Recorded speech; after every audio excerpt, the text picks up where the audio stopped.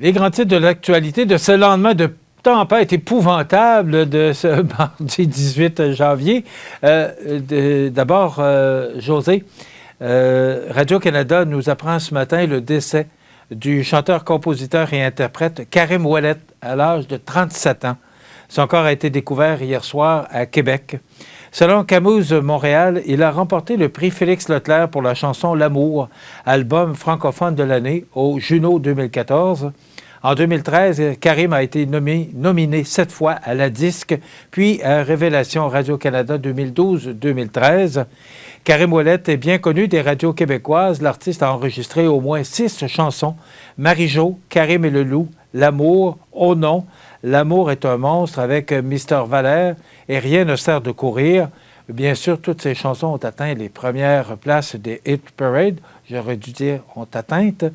Récemment, Karim Ouellet a de nouveau sorti sa chanson « La mer à boire » qui monte au sommet des Hit Parade. Donc, on apprend ce matin le décès, c'est jeune, 37 ans, de Karim Ouellet, ce chanteur, compositeur et interprète. José, les grands titres de l'actualité de ce matin, écoute, je pense que tous les journalistes qui couvrent l'actualité politique ont été surpris d'apprendre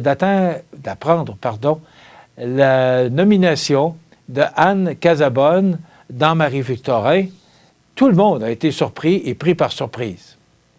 Absolument, Michel. À savoir, est-ce que c'est un bon coup? Moi, je pense que oui. Je pense qu'Éric Duhem vient de se trouver une troisième porte-parole pour son parti qui est articulé et qui est apprécié du public. Bien entendu, les partisans de la CAQ vont essayer de la discréditer au même titre qu'on a discrédité Mme Sanson à l'effet qu'elle avait traversé chez Éric Duhem parce qu'elle n'était pas en mesure de se faire nommer ministre par François Legault.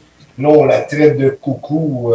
Je fais allusion au terme de Richard Martineau ce matin, là, à l'effet que c'est une candidature là, spéciale. Mais en même temps, moi, je pense qu'elle fait parler le parti d'Éric Duhem, le Parti conservateur du Québec. Et je pense qu'on va être surpris des résultats de la prochaine élection dans Marie-Victorin.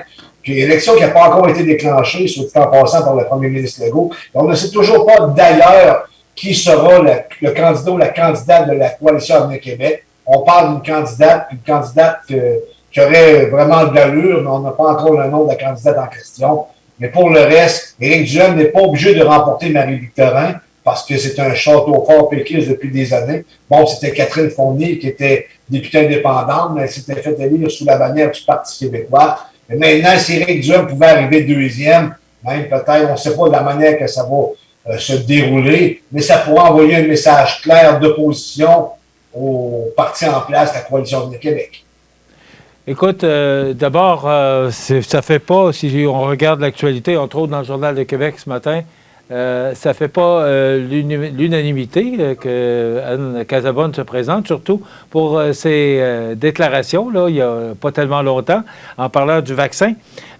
Maintenant, est-ce que c'est une bonne candidate pour Éric Duhem? Oui, c'est une personne connue, mais est-ce que c'est la candidate dont Éric Duhem avait besoin? Oui, parce que, Michel, sincèrement, recul de peut-être un an, Éric Duhem n'était pas en poste. Je pense qu'il a été élu au mois de mars-avril, mois d'avril dernier, je pense. Et déjà là, c'est le parti qui a le plus de membres au Québec. Il est en mesure d'aller chercher une candidate extrêmement connue, qui est très articulée. Bien entendu, qui doit être encadrée parce qu'elle manque un peu de mœurs politiques, si on veut, c'est-à-dire qu'elle manque d'expérience politique, malgré qu'elle est politisée, je veux dire, elle l'a dit, là, dites qu'elle a rencontré plusieurs politiciens et politiciennes dans sa carrière, elle faisait des soupers politiques où ce qu'elle échangeait. Elle s'est dit aussi qu'elle elle votait Parti québécois depuis bien des années et que désormais, avec les positions de l'actuel Parti québécois concernant la crise de la COVID-19, bien, elle se reconnaissait davantage dans les propos d'Éric Duhem, mais elle s'est dit aussi fondamentalement conservatrice.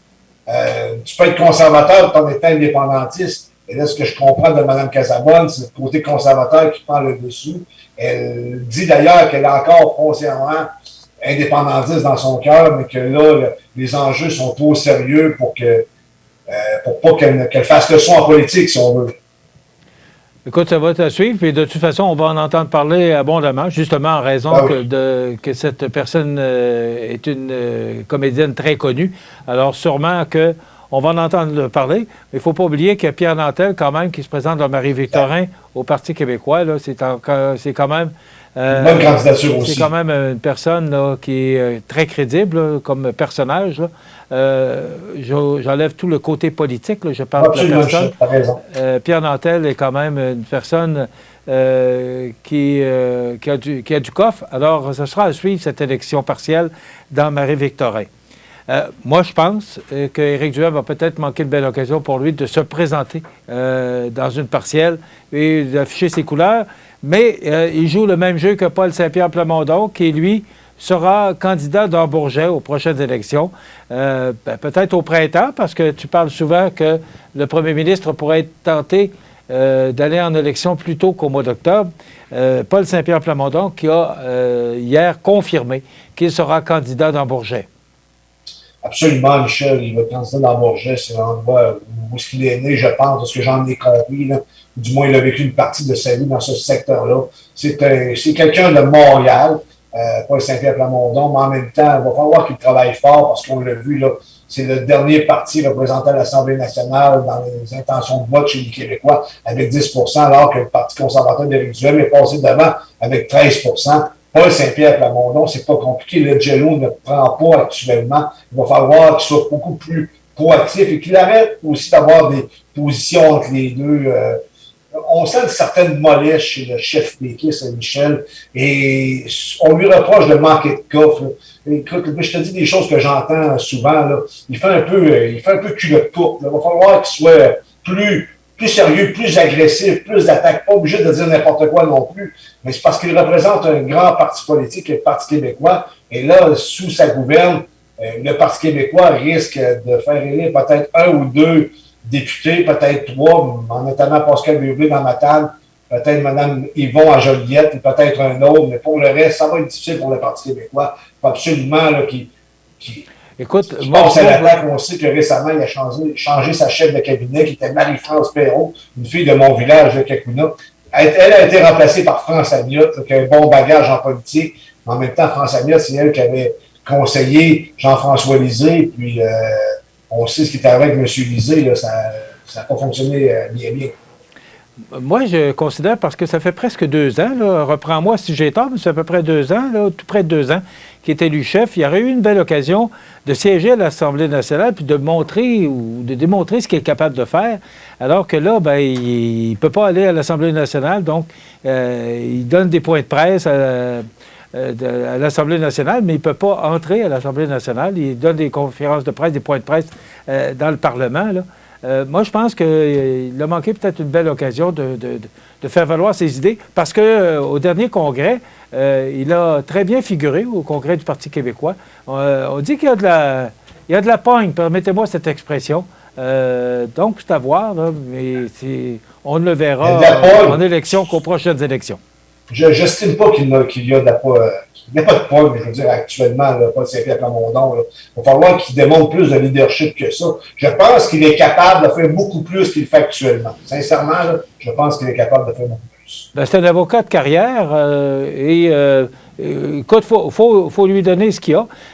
Ses points de presse, c'est toujours bien tenu, bien...